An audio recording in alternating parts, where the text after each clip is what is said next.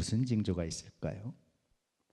마태복음 24장을 읽어보면 이런 징조의 내용들이 상세히 기록되어 있습니다. 왜 하나님께서 이런 징조를 말씀하셨을까요? 왜 이런 징조를 우리에게 가르쳐 주셨을까요? 왜 그랬을까요? 단순히 내 말이 맞지, 그것 봐라, 이 말씀하시려고 그럴까요? 아니면 미래를 아신다는 것을 드러내려고 하실까요? 전혀 아닙니다. 그 말씀을 하신 이유는 목적이 하나예요. 예수 믿어, 이 말씀하시기 위해서. 단순히 세계가 이렇게 변하고 우주가 바뀌고 지구의 자연재해가 이렇게 일어나고 이 말씀이 목적이 아니고요. 예수 믿어. 믿음을 왜 믿어야 되는지 우리가 눈으로는 못 봐요. 그런데 자연의 이런 징조를 통해서 믿어야 될 이유를 발견하는 거예요. 그럼에도 불구하고 예수 믿지 않으면 그건 정말 슬픈 일이다. 그렇게 말씀해 주고 있죠. 같은 잘못을 해도 사람마다 부끄러움이 달라요. 자존감의 크기에 따라 달라질 수도 있고요. 직위의 크기에 따라서 달라질 수 있어요. 혹은 양심의 크기에 따라서 부끄러움이 달라질 수도 있어요. 그 이유는 겉으로 드러난 문제의 크기가 아니라 마음으로 느끼는 크기가 다를 수 있기 때문에 그래요. 부패한 국가일수록 직위가 높은 지도자는 부끄러움이 작아요. 뭘 그 정도 가지고 그럴 수 있지. 돈이 많은 재벌들일수록 부끄러움이 작아요. 재벌들은 그럴 수 있지. 권력이 있으면 이렇게 할 수 있지. 억울하면 돈 벌어. 돈이 힘이야. 그렇게 말하는 거예요. 그렇게 해서 그런 생각을 가지고 살아간 사람이 얼마나 고통당하는지, 얼마나 지금 정죄를 받는지 우리는 보고 있잖아요. 근데 청렴한 국가일수록요, 직위가 높은 사람일수록 부끄러움이 많아요. 작은 일에도 부끄러워요. 그래서 여러분, 부끄러움은 인격의 징조다. 부끄러움을 느끼는 것은 인격의 징조입니다. 여러분, 부끄러움을 느끼고 있나요? 어떤 일에 부끄러움을 느끼고 있나요? 어떨 때 부끄러움을 느끼고 있나요?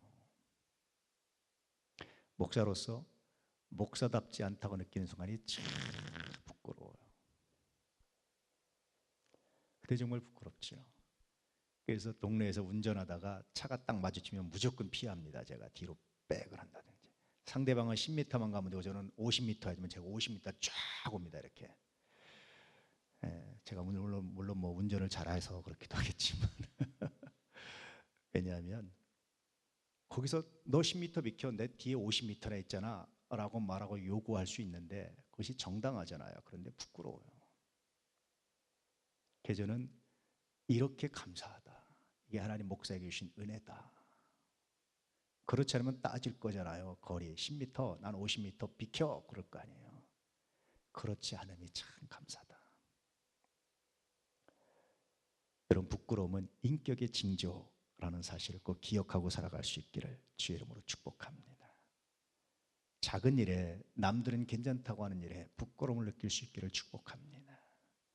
그리고 회개할 수 있기를 축복합니다. 제가 성서를 묵상하다 보니까 신앙에 성장했다라는 사인, 표시가 몇 개 있어요. 첫째는요, 작은 죄에 민감하게 반응해요.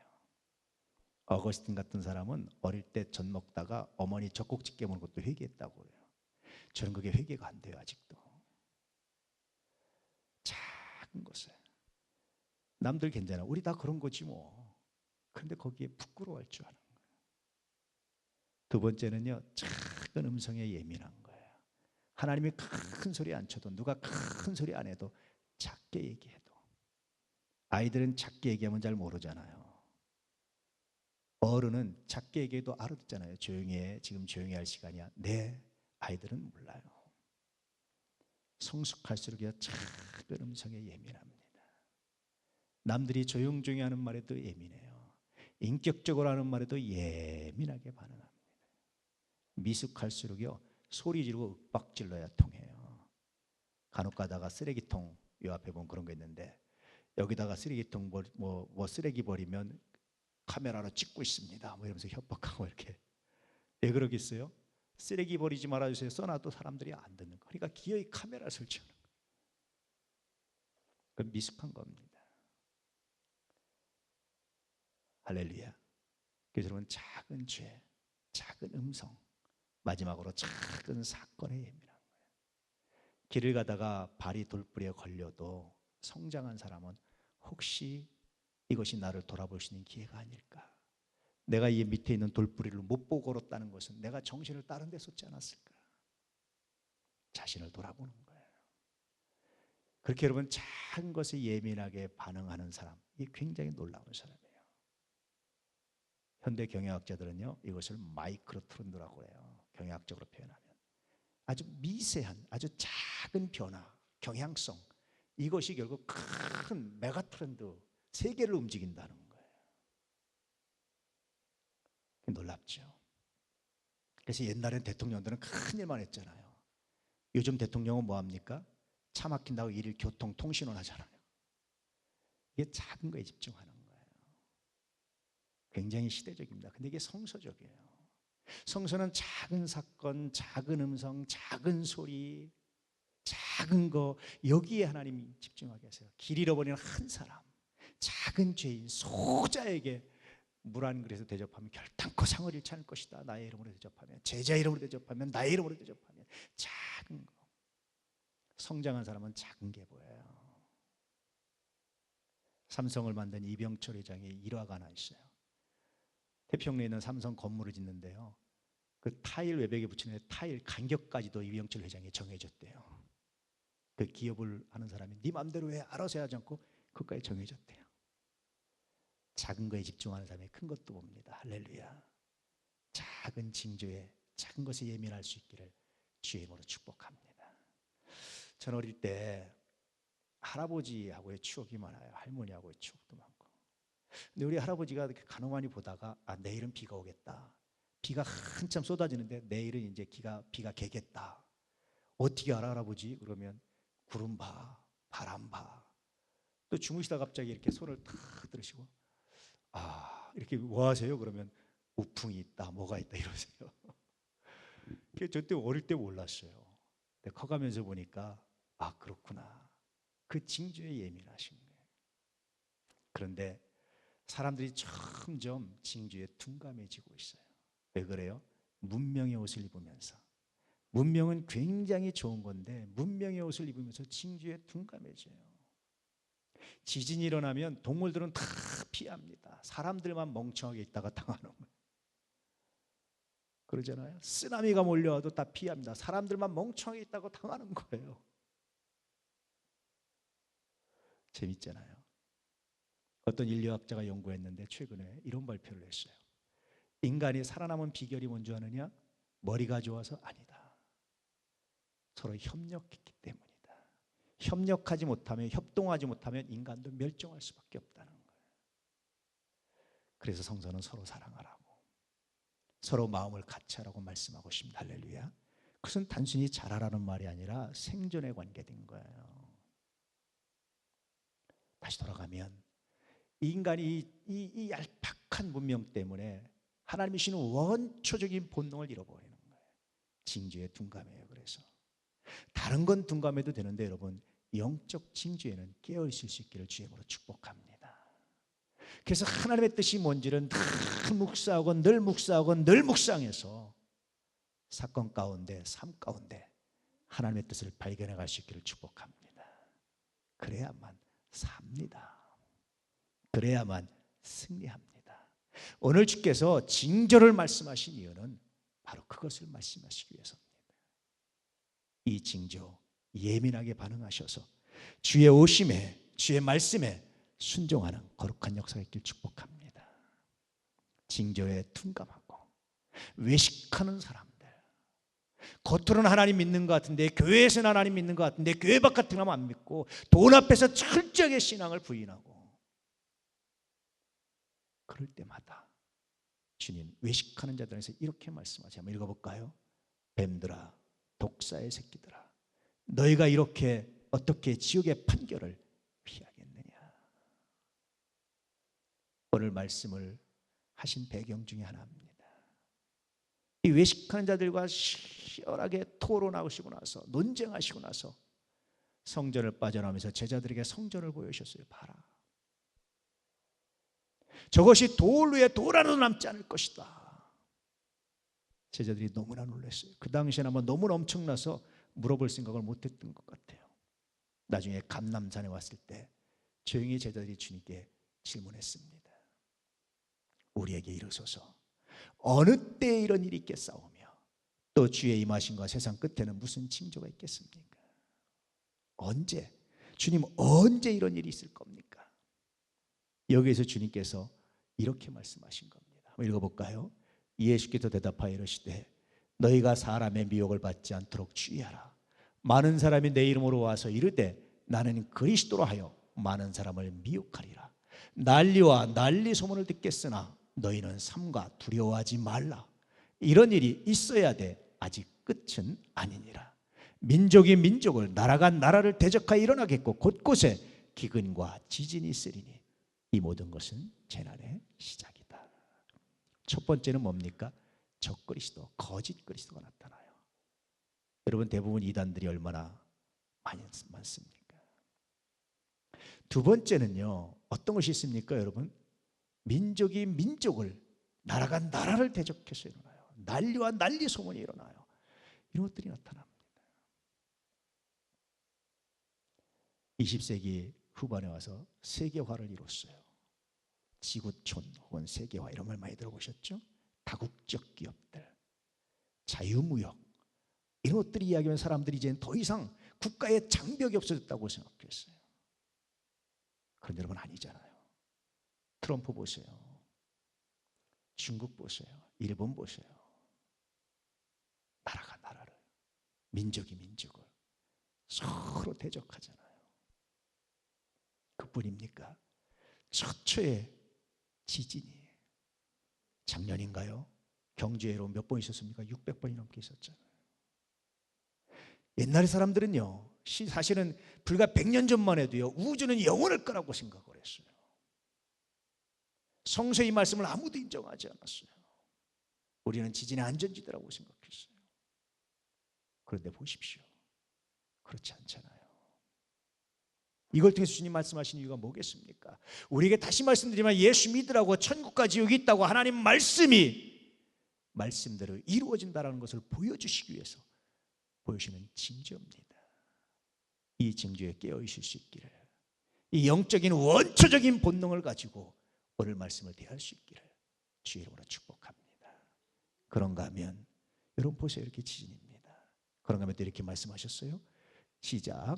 그날 환난 후에 즉시 해가 어두워지며 달이 빛을 내지 아니하며 별들이 하늘에서 떨어지며 하늘의 권능들이 흔들리리라.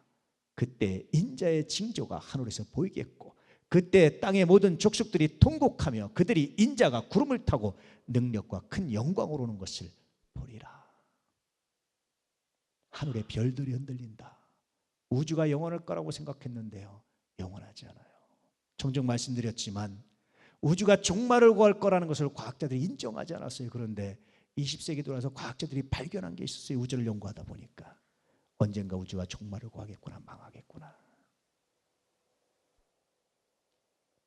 해성 충돌, 이런 영화도 나오잖아요. 핵폭탄과 비교할 수 없는 강력한 폭발이 일어납니다. 문제가 됩니다. 성서에 아무도 모를 때, 아무도 말하지 않을 때, 오히려 우주는 이제 영원하다라고 말할 때 이렇게 2000년 전에 말씀하시고 이루신 이유가 뭐겠습니까? 그것을 오늘날 우리가 과학적으로도 눈앞에 보여주시는 이유가 뭐겠습니까? 그럼에도 불구하고 예수를 믿지 않는다면, 그럼에도 불구하고 예수 앞에 무릎 꿇지 않는다면 여러분, 정말 심각한 일입니다. 이것은 단순히 우주에 이런 사건이 있을 거라고 말씀하신 것이 목적이 아니에요. 다시 말씀드리지만, 그러니까 예수 믿어, 그러니까 말씀에 순종해, 그러니까 말씀대로 살아, 이 말씀을 하시기 위해서 이걸 말씀하시는 거예요. 이 징조에 깨어있는 하나님의 은혜가 있기를 주의 이름으로 축복합니다. 할렐루야. 그리고 또 이렇게 말씀하십니다. 시작. 그러나 그날과 그때는 아무도 모르나니 하늘의 천사들도 아들도 모르고 오직 아버지만 하시는 일을. 이단들이 나타나가지고 몇 월 며칠 날 재림한다고. 다 거짓말입니다. 하나님은요, 징조만 보여주셨어요. 징조만 가지고도 충분하다고 말씀하시는 거예요. 이런 데 현혹되지 않기를 주의 이름으로 축복합니다. 중요한 것은 징조에 깨어있는 자세라는 거예요. 이것이 얼마나 중요한지 저는 성서로서 발견하는 게 하나 있어요. 세상에 우연은 없다. 믿음의 관점으로 보니까, 하나님의 섭리의 관점으로 보니까 우연은 없습니다. 모든 게 다 필연입니다. 심지어 우리의 머리카락까지 세시고요, 들의 공중의 새도 하나님이 허락하시면 떨어지지 않고요, 불꽃 하나 하나님이 허락하시면 꺾이지 않는다라고 말씀하시는 거예요. 하물며 여러분 삶에 일어나는 모든 사건들이 우연이라고 생각하십니까?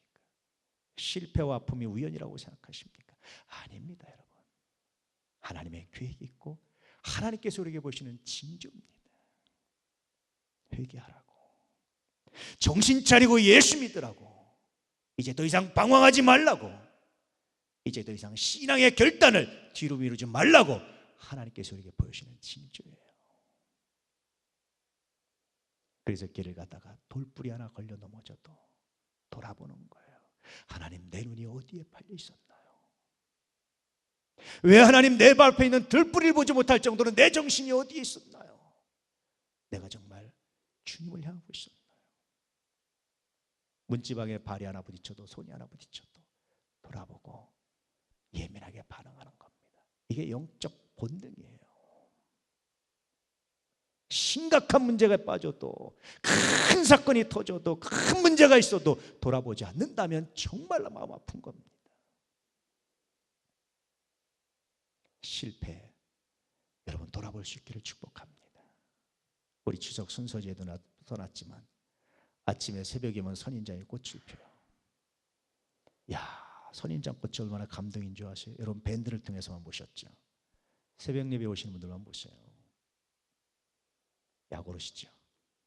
새벽 예배 오시기 바랍니다. 근데 그 꽃을 보는 순간 내 마음에 이런 생각이 드는 거예요. 가시만 보였는데, 가시만 있었는데 그 안에 이렇게 아름다움이 있었구나. 보면서 삶을 돌아보는 거죠. 내 인생의 가시, 아픔, 실패, 슬픔, 그것만 있다고 생각하세요. 그 안에 하나님의 선물이 있습니다. 그 안에 아름다움이 있습니다. 그래서 내 앞에 보이는 아픔과 슬픔은 하나님이 보이신 아름다움의 징조입니다. 하나님 감사합니다. 지난주간 제가 장염 때문에 고생을 했어요. 집사람이 저한테 죽을 병 아니니까 대신 살 빠져서 참 보기 좋습니다, 그렇게 얘기를 했어요. 근데 가만히 돌아보는데 하나님 감사합니다. 미처 내가 알지 못하는 또 다른 선물이 아픔 가운데, 내가 알지 못하는 또 다른 은혜가 이 아픔 가운데 있음을 내가 믿고 감사합니다. 얼마나 감사한지.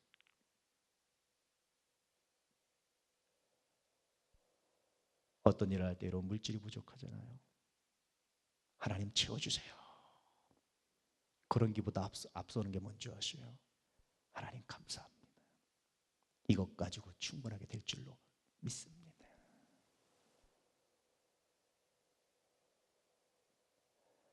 저는요, 그 결핍이, 그 아픔이 하나님의 징조인 것을 발견할 때가 참 많습니다. 그 가시가, 그 슬픔이 하나님 우리에게 주시는 징조일 때가 얼마나 많은지, 그것이 얼마나 놀라운 하나님의 선물인지를 총총 발견해요. 어떤 분이 정말 심각한 고통을 당했어요. 그분이 고통을 통해서 비로소 예수를 믿게 됐어요. 그분이 하는 말이 뭔지 아세요? 내가 그 실패가 없었다면 나는 예수 안 믿었을 겁니다. 얼마나 하나님의 은혜에 감사한지 나는 비로소 실패에 감사하게 됐습니다. 이분이 얼마나 대단한 분이냐면요, 얼마나 큰 소리 치냐면요, 20대예요. 옛날에 여러분 모시저고리 같은 거 있죠? 그런 거 입고 성공 돈을 많이 벌으셔가지고 다방에서 여자들 차 사주면서, 그러면서 뻐기고 폼 잡고 자기 인생은 이제 끝났다고 생각한 분이 20대, 이제 내 인생은 이대로다. 망하셨잖아요. 결혼하고 얼마나 힘들었는지. 나중에 그분이 장로가 됐는데 고백하는 말입니다. 내가 그때 그렇게 실패하지 않았다면 내 인생이 어떻게 됐을지, 이대로 했던 내 인생이 어떨지 끔찍합니다. 정말 감사합니다. 여러분, 하나님의 징조가 있습니다. 할렐루야. 하나님은 징조 없이 일하지 않으세요. 하나님은 반드시 징조를 보여주십니다. 그 징조에 예민하게 반응할 수 있는 믿음의 사람들 되시길 축복합니다. 무슨 징조가 있을 겁니까? 이 질문을 제자들처럼 던져보세요. 하나님, 내 인생에 무슨 징조가 있습니까? 하나님, 나에게 징조를 가르쳐 주십시오. 한스 셀리라는 학자예요. 이 사람이 평생 스트레스에 대해서 연구를 했어요. 연구하면서 3단계가 있다는 거예요.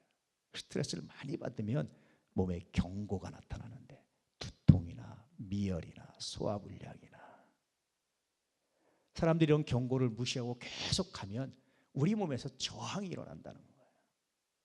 그래서 호르몬이 분비돼서 고통들이 일시적으로 사라진답니다.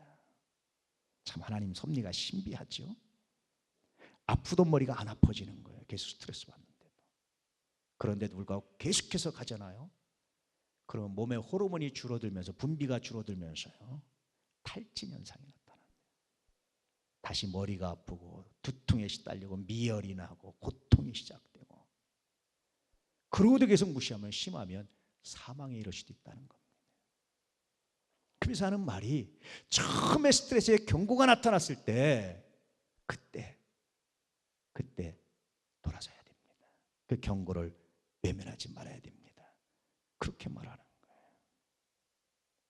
이것도 여러분 하나님의 섭리잖아요. 다시 말씀드리지만 하나님께서는 반드시 어떤 사건 이전에 징조를 보여주세요. 그냥 하시는 법이 없습니다. 큰 병도요, 하나님 징조를 반드시 보여주시는데 무시하고 넘어가다가 되는 거예요. 작은 사건에 예민할 수 있기를, 작은 징조에 예민한 하나님의 사람들 되시기를 주의 이름으로 축복합니다. 이 한스 셀리 박사가 이제 은퇴하면서 하버드 대학에서 고별 강연을 했어요. 아마 여러분 아시는 분도 있을 겁니다. 사람들이 다 기립박수를 하고 이제 내려오는데 한 학생이 질문했어요. 박사님, 스트레스에서 벗어나려면 한마디로 뭡니까? 한때 이 사람이 했던 대답이 이 한마디였습니다. appreciation, 이해 혹은 감사, 뭐 그런 뜻인데, 감사하시오.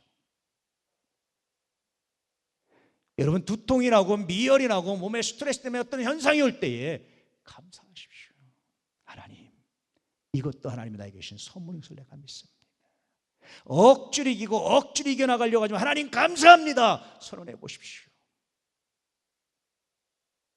그것이 여러분 스트레스를 이기는 방법이다. 딱 이 한마디 하고 내려갔어요. 그래서 생각해 보니까 징조는 정말 감사합니다. 할렐루야. 우리를 살리시려고 보내신 선물입니다. 작은 실패는 정말 감사합니다. 작은 아픔은 정말 감사합니다. 하나님 우리를 살리시려고 보낸 놀라운 선물임을 고백하지 않을 수 없어요. 스트레스 받으십니까? 감사해 보세요. 성서는 이렇게 말씀하시죠. 시작. 범사에 감사하라. 이것이 그리스도 예수 안에서 너희를 향하신 하나님의 뜻이다. 네 머리로 좋다 나쁘다 평가하지 말고 판단하지 말고 믿음으로 감사해봐. 그런 뜻이에요. 왜 너에게 이 아픔을, 왜 너에게 이 실패를, 왜 너에게 이 사건을 보여줬는지 아느냐? 감사하게. 이것이 너희를 향한 하나님의 뜻이라고 말씀하십니다. 징조가 나타날 때마다 두려움이 아니라 감사로 하나님께 나아가시 바랍니다. 여러분, 작은 실패에 감사로 주 앞에 고백해 보시기 바랍니다. 작은 성공에 감사로 하나님께 감사해 보시기 바랍니다. 주께서 반드시 그 열매를 맺게 하실 줄 믿습니다. 그리고 말씀드리지만 예수 믿으십시오. 그렇게 주님의 다시 오심을, 마라나타 아멘 주에서 어서 오시옵소서, 주님의 다시 오심을 예비하고 준비할 수 있는 하나님의 사람들 되시기를 주의 이름으로 축복합니다. 오늘 말씀의 메시지는 이렇습니다. 시작. 징조가 나타날 때에 두려워하거나 염려하지 말고 하나님의 사랑을 믿고 준비하면 반드시 감사 열매를 맺게 될 것이다. 이 말씀에 아멘으로 순종하시고 감사 열매를 맺는 믿음의 사람들 되시기를 축복합니다. 할렐루야. 기도하겠습니다. 아버지 하나님 감사합니다.